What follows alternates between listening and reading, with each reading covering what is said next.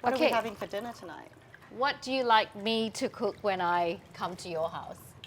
Your grandma's Laksa. curry laksa. Now I put a little bit of soy sauce for some umami. Some umami. Where did you come from? If I was cooking this, I would be splashing in. Can I? Am I allowed? Go. Don't tell my mom. We cannot show this to mom. Cheers. Cheers, biggies.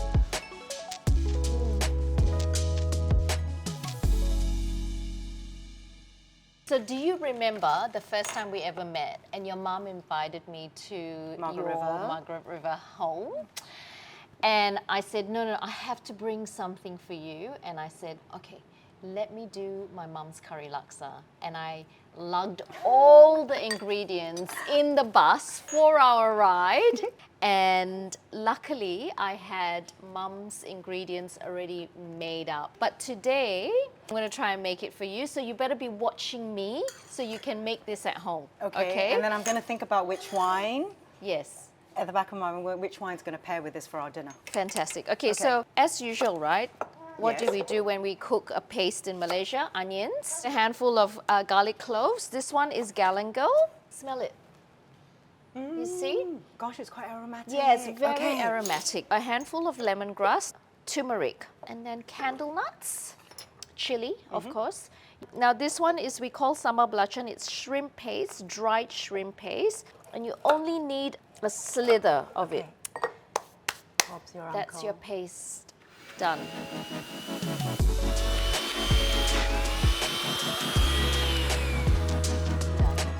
So the next step would be now me cooking it. With this paste, we have to put a fair bit of oil. So we're hearing the paste go in the oil and it's talking to us a little bit, just like the way wine talks to us. Exactly. You talk wine, I talk cooking. So my mom would be wishing she was here. Does it remind you? Do you remember your well, not so little kitchen in Margaret River? And I stood there and I was cooking for your parents. I was actually quite nervous because, you know, because it was the first time me meeting your parents and actually staying in someone's house that I literally met like for 2 weeks.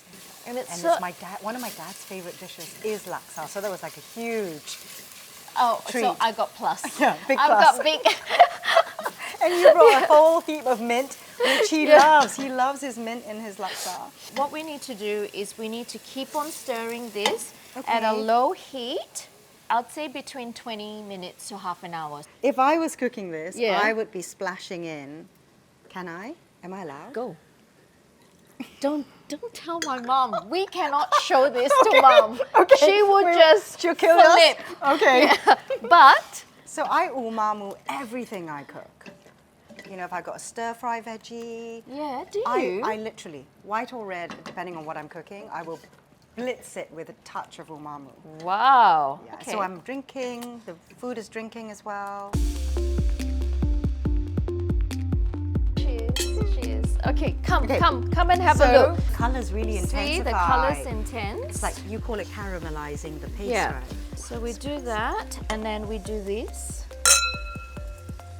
And gosh, so cooking it off, the aromas have deepened. It's a bit like aging wine. That's exactly what I'm saying. So it's very fresh as we blend it. And then as we cook it down, you don't smell the freshness anymore. And you smell different layers of it, development. that's right. Yeah. Just like an aging wine. I'm just going to turn it down a little bit. Amazing. We're almost done. I think 2 minutes of this and then we're good. In a curry laksa, you need a really good stock. So what I do is every time I get prawns, I peel the head and I keep the head and I freeze the heads. Right. And then when I've got enough heads in my freezer. How many would that be? Yeah. A bundle of heads. I would take a big pot, a little bit of oil, just give a toss in the oil, the heads, put some water and chicken bones in it, and I would make a stock. And then I would freeze the stock and I would use it for my curry laksa. Amazing. Very easy. So you have the chicken. So you have a chicken breast that I poach in this water.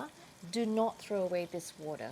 This water is for everything else that you need to poach. Okay. So the prawns goes into this, and then suddenly you have instant stock.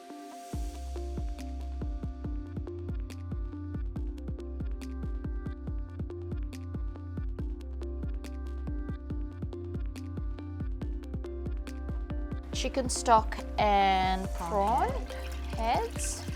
Then you're going to have half coconut cream and half coconut milk. This one's easy because I've got the milk, so I don't need to shake so hard. Shake, shake, shake. Oh my God, oh my God, you're strong.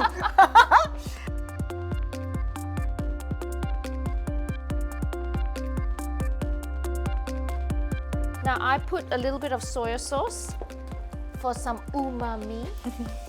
To some UMAMU. Where did you come from? Thank you. And then fish sauce. Don't be shy with the seasoning with the soup, right? It's a soup. Yeah. But it's a brothy soup rather than a thick Clear, soup. or rather than a clear one. Well, yeah. that's right. Well, I'm blown away. I mean, mentally, when I was thinking of which wine would go with the Laksa, I was thinking, you know, I'm just going to enjoy Sauvignon Blanc when we're preparing, but trying it together, I'm blown away that it works. When you try them together, neither overpowers. And I'm now thinking mentally, why? And I think one, it's got age. And it's, you know, this is a 2013, so it's got 10 years. The other thing that we've done with this wine is we've put it through 10 months in French barrels. So that adds another layer of complexity. The linearness of this grape variety, coupled with the age and the barrel dimension, is working with the Laksa man. So it's like you tasting the wine. I'm constantly tasting this to see the balance of. Except who's going to get drunk? Yeah, you're gonna. And so now I'm just going to go through the range and see what's happening. And all I'm looking for is, how is it sitting in my palate? Is one saying, hey, look at me, look at me. I want both of them to be in harmony so that neither overpowers each other. Sometimes you actually get enhancement, not always, but that's the bonus. This Sauvignon Blanc is doing great guns with your Laksa. I love it. I love it. And I think it's the purity of the fruit, but the added dimension of the barrel aging and the age and the time in the bottle. It's just stunning. No, nothing is overpowering each other. This is an SSB, Semillon Sauvignon Blanc. This one we found it's a bit too many layers going on in the wine. Chardonnay 2018. I think if you're a real shardy lover, it will go. But again, I come back to the Sauv Blanc being I don't mind that. being the best pairing. You try it. I'll try it. Yum. If you have this, isn't that in interesting? All right. Oh, okay, let's go. Too much wine. I can't do my chopsticks anymore. Okay. This is the rosé. I think it's absolutely stunning together. Right? Yes. And all we're doing is we're popping the Laksa, and then we're tasting it with the rosé, and then we're seeing, is anybody screaming out? Nobody's screaming, and it's harmony, and that's what we like. Balance and contentment. Contentment, yeah. I think it does follow through mentally that the reds would be overpowering for the Laksa, and so we're going to put it back, and we've got a 3 shortlist. The shortlist is the Sauvignon Blanc, aged in French barrels, the Chardonnay, also aged in French barrels, and rosé that's had a little tinkering in barrels made from Cabernet Franc. Perfect. Thank you, Clarissa. My pleasure. Can I have a hug?